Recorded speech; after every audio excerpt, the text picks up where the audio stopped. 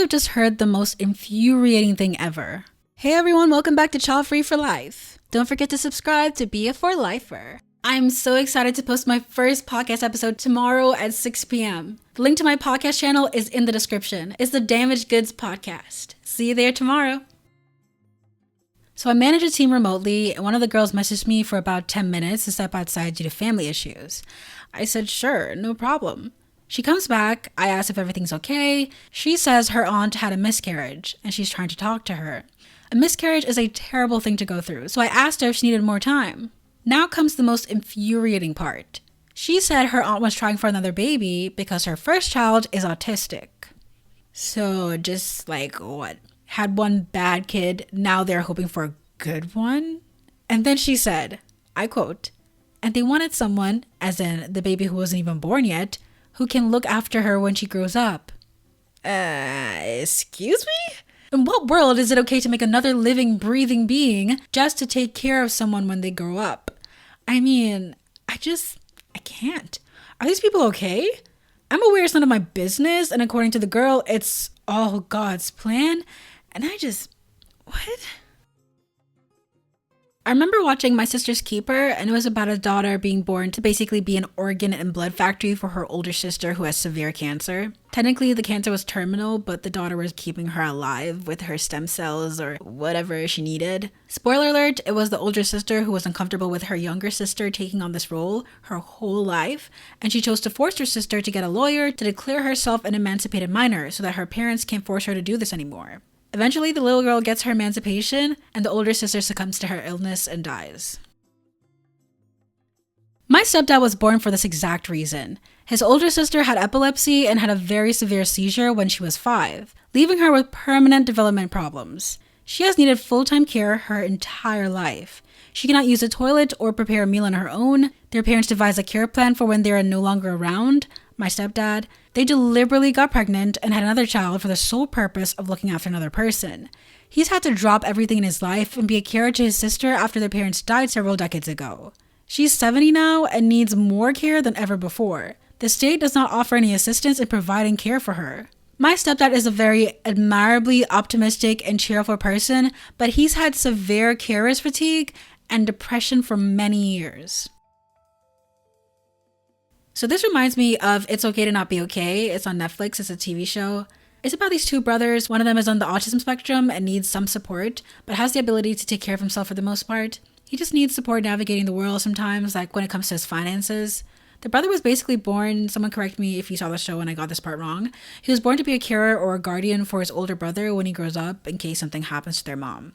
Spoiler alert, their mom dies. The mom seemed to favor his older brother, but I think towards the end of the show, it was just that she wanted to make sure his older brother could live a fulfilling life, despite the world not being a supportive place, especially for people on the spectrum. But the younger brother felt so neglected, and he really was neglected a lot of the times. But his whole life, he didn't get to choose anything for himself, or take care of himself, or go anywhere that he wanted. And the show was partly about him finding himself while still having this demanding role as his brother's guardian or carer. Yes, being a caregiver is exhausting and incredibly hard. My mom had Alzheimer's and it was heartbreaking and tiresome, and I didn't do nearly as much as my dad. I'm so sorry you had to go through that though. It's hard to watch our parents age and become frail and helpless, that we become our parents' protectors as they were to us when we were young. The problem is that it takes more than a single person has to give to take care of elderly people, even if you have the best of intentions. It's best to place them in the care of professionals and visit often. You just can't be there for them all the time, nor are you qualified to take care of their diminishing health to the degree that they require. This was something similar with my sister.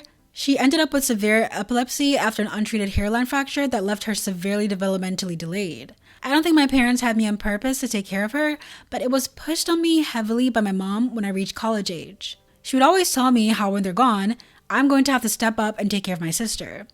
I understood the obligation, but it just felt so unfair. Unfortunately, my sister passed away in 2020 from an epileptic episode. I would never have a child to serve a specific purpose like taking care of another human being. That is so selfish and disgusting. Yes, my cousin had 3 kids. Their first had problems or issues right from the start. They originally thought he was on the autism spectrum, but his symptoms or behavior didn't quite fit. Then came baby 2. That child was okay at first, but after a couple years, he was diagnosed with muscular dystrophy. My memory could be faulty on the problem, but it's something quite serious. Then they chose to have a 3rd.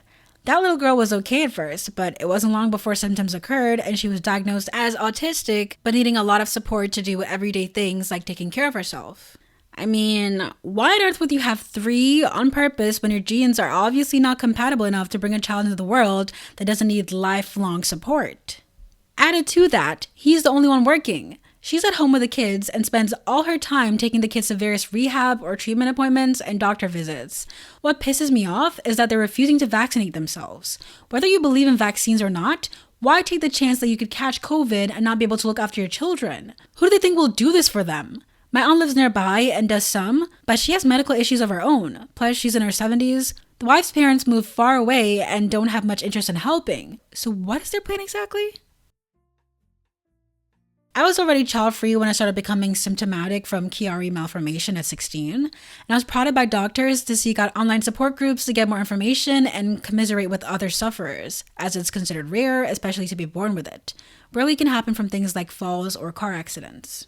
Didn't take long for me to swear out those Chiari support groups. After seeing all these couples with affected women, born with bad brain herniations, trying to become mothers, hoping for unaffected children by nuking their health, trying to go through pregnancy for a child. The worst one that made me want to punch my monitor was a couple with an infected wife were crying that they wanted a healthy child to be a caregiver for her as she was getting worse. They tried having kids and were already 2 children in, and not only were their pregnancies making her health worse, neither of the children were unaffected. Both needed immediate surgery after birth or they would have died from cerebrospinal fluid blockage. Many people find out that they have hereditary severe Chiari herniation after a fall, or they typically become symptomatic in childhood, or like me, most often in adolescence as puberty causes so many shifts. It is rare for children to need surgery that young. There are higher risks of dying in your sleep with an undecompressed Chiari for affected people, and a higher risk of death from a fall or car accident messing up your upper neck or base of the skull even after surgery. But once again, to be that severe is rare as hell. They're desperate for that live-in nursemaid, so they try for a 3rd. And she's heavily pregnant, and the scans show that the fetus is now the worst of the 3, needing surgery done on it before being born, or it will die in utero from CSF blockage. Rather than prevent the suffering of this child, they were going to go through with the surgery and hope that they could try again, and were angry at the doctors for trying to tell them not to have any more kids. Now they claim to be more desperate than ever, and they needed even more help to take care of the children, who supposedly weren't completely cured by decompression like me, on top of the mother. They only made their situation worse and worse. I know in most circles I'd be considered a monster, but I hope from the bottom of my heart that they never get that healthy child to subject to that amount of parentification. That child would never have had a childhood or a life of their own. So, how manipulative and evil, evil, do you have to be to think this is a good idea? To put a child through such a difficult birth when you knew the risks, all because you wanted to force them into a difficult life for your own selfish purposes, and then to see the consequences of your actions, not just once, but 3 times, and want to go for a 4th time? And then to have doctors, and a lot of doctors like to mind their business or even push people to have kids or consider kids, to have the doctor beg you to not have any more children. When a doctor does that, it's a big deal. I have an autoimmune disease with random flares that can be very debilitating and excruciating, and even my rheumatologist was like, oh, you can still have kids though, even after I told her I don't want any. That is beyond cruel to do to 3 children and then don't want to risk it for another. You could have spent all that money and energy on taking care of yourself. Maybe you could have even hired a live-in nurse or caregiver with that money you not have to spend on raising your children and most likely their additional surgeries. How insane are you?